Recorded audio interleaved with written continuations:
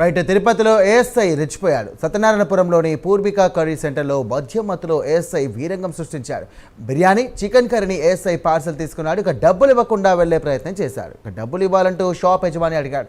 ఇక యజమానిని ఏఎస్ఐ దూషించాడు. దీంతో ఒకరిపై ఒకరు దాడులు చేసుకున్నారు. తిరుమల ఎస్పీఎఫ్ ఏఎస్ఐగా రాము పనిచేస్తా ఉన్నాడు.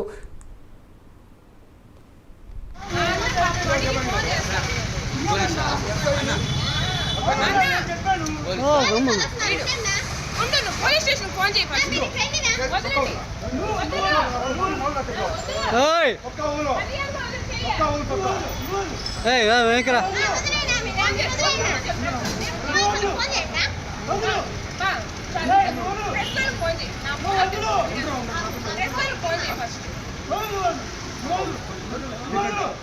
పోలీస్ అయితే ఎవరైతే ఏమి సైకిల్ చేస్తా ఉంటాడు కర్రీ తెచ్చి ఇవ్వనేసి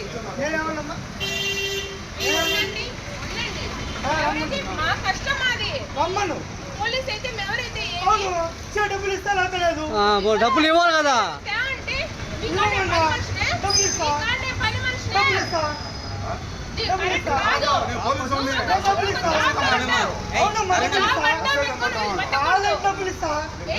అలా చెప్పలా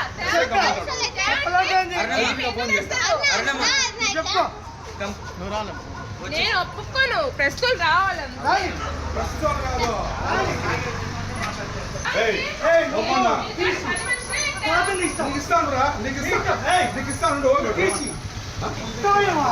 పంపించండి.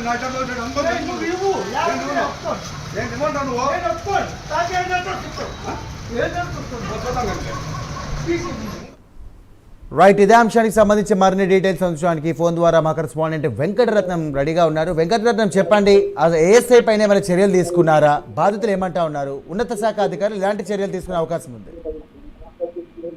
రైట్ సాయిరామ్, తిరుపతి సత్యనారాయణపురం సర్కిల్లో మద్యం మత్తులో ఒక ఏఎస్ఐ వీరంగా సృష్టించడం అయితే జరిగింది. ఒక బిర్యానీ కోసం ఇవ్వలేదని చెప్పి అతనిపై కర్రీ పాయింట్ అతనిపై పిడిగుద్దులు బుద్ధి అతన్ని మద్యం మత్తులో అలసి చేయడం అయితే జరిగింది. తిరుమలలో ఎస్పీఎఫ్ ఏఎస్ఐగా పనిచేస్తున్నటువంటి రాము అనే వ్యక్తి పూర్విక కర్రీ పాయింట్ సెంటర్ కు వెళ్లి బిర్యానీ, ఒక చికెన్ కర్రీ పార్సల్ అయితే తీసుకోవడం అయితే జరిగింది. అయితే డబ్బులు ఇవ్వమని చెప్పి ఆ కొత్త అతను అడగడంతో పోలీసు వాళ్ళని డబ్బులు అడుగుతావా అంటూ బూతులు అయితే తిట్టడం అయితే జరిగింది. వారిద్దరి మధ్య వాగ్వాదం జరిగి తీవ్ర ఘర్షణ అయితే పిడిగుద్దులు అయితే కొట్టుకోవడం అయితే కూడా జరిగింది సాయిరామ్. అయితే అక్కడ ఉన్నటువంటి జనాలు చూసి గుమిగూడడంతో సద్దుమణికి రక్షణ అయితే సొంతమని విధంగా చేసి పోలీసులకైతే అయితే కంప్లైంట్ అయితే ఇవ్వడం అయితే పూర్విక కర్రీ పాయింట్ అతనైతే ఇవ్వడం అయితే జరిగింది. ఇవ్వడం అయితే జరిగింది సాయిరామ్.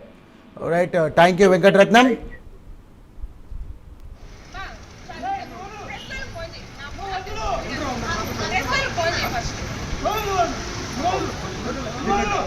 పోలీస్ అయితే ఎవరైతే సైకిల్ చేస్తా ఉంటాడు కర్రీ తెచ్చి ఇవ్వనేసి మా కష్టం అది.